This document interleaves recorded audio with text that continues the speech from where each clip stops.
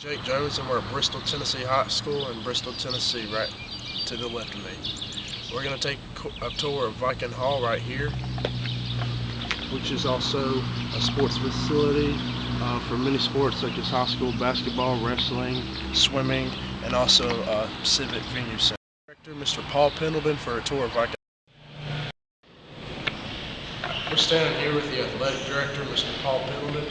Mr. Pendleton, I understand the first thing on your mind is security and safety of all students and athletes and fans. Can you please elaborate on that? Sure. Well, I mean, the first thing you understand is that we run an athletic department here. We have 16 different sports. We have a lot of people coming in and out of our facilities all the time, and we have an obligation to make sure that we provide for safety of not only our athletes, with equipment, playing fields, anything that we do. We also have an obligation to provide for the safety of anybody that comes on our property to watch our athletes participate and enjoy our athletic programs.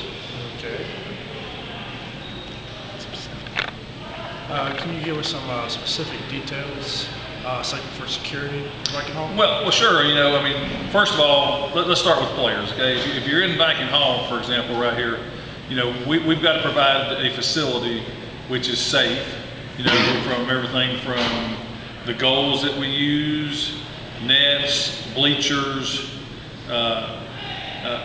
any equipment that they use. Okay, we provide for that for the safety of our young ladies and young men who participate in those sports. If you take wrestling, for example, we've got an obligation to provide the equipment like mats. And we need to make sure not only that we provide those mats, but we keep them up to date, that they're secure, that they meet safety standards. Okay, in here we got swimming in Viking Hall as well. It's important that we have those types of equipment that would provide for the safety of anybody that uses our pool, whether it is safety rings, whether it is making sure that the water is safe, that it's maintained properly with chlorine, or all of those things, temperature, all of those things, the starting boards, anything that we use has to be something that is safe for the young people or anybody that uses our pool. We have a standard of care that we have to adhere to. We have to foresee. We inspect these facilities all the time, because we have to foresee anything that could happen that might be of any safety issues to anybody that uses our facilities. Whether it be in the arena here where we have people coming in and out, going up and down steps, if we have water in the floor, if it's brought to our attention, we have to do something with it. Bleachers, we right now our bleachers, we've got bids out right now to replace the bleachers in Viking Hall. They're getting older. So we are taking a proactive stance here, and we're going to be replacing those bleachers this fall.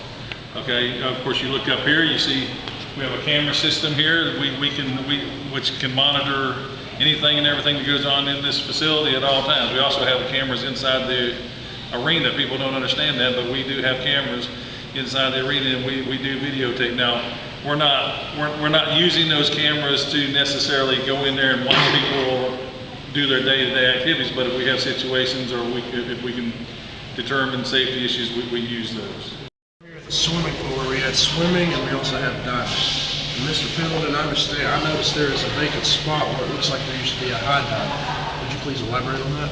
Well, sure. I mean, first of all, you take the whole swimming pool area. I mean, if you'll notice right down here, we've got lifeguard stands. You can notice that there's the rings are right there. You've got poles right there. Of course, you also notice that everywhere on the pool deck, you've got it marked with the depths of the water and those type of things. Of course, there's also signs posted around that say no diving. All of those things are important when you look at the safety of the facility. You talk about a high dive. Of course, the high dive was removed before I ever got here, but you also got to understand that a high dive could be a liability issue. It could be something for safety issues.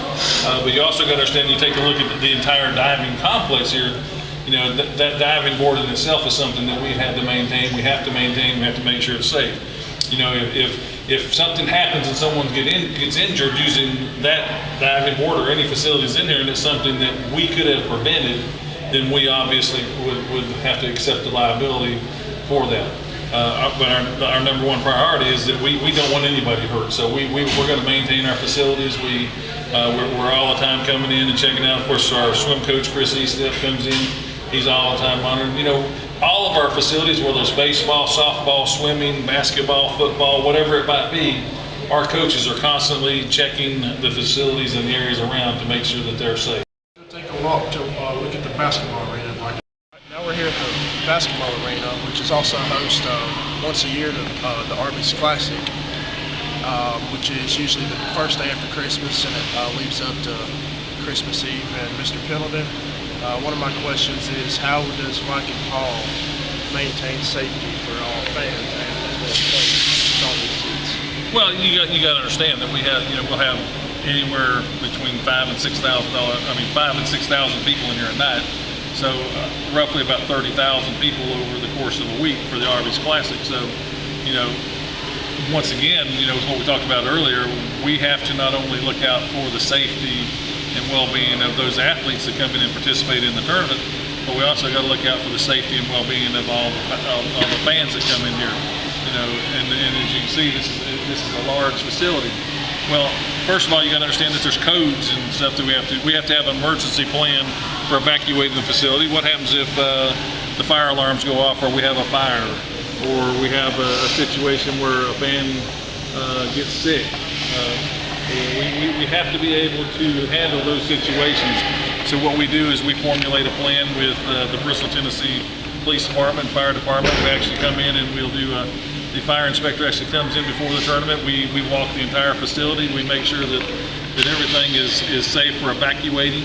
We talk about what happens if the fire alarm goes off. You know, where do the fans go, or how do we deal with that situation? You know, and so we've got to be prepared for those things. You know, we'll actually have fire department comes in to watch our ball games, police department. You know, we'll have security here during the week to make sure that fans are safe. But at the same time, you know, the facility itself, if you can see, we've got handicap facilities here. You got exit signs posted. You know, down here on the stage, we'll actually have another set of bleachers set up. But you can notice that we have doors in the back for exiting.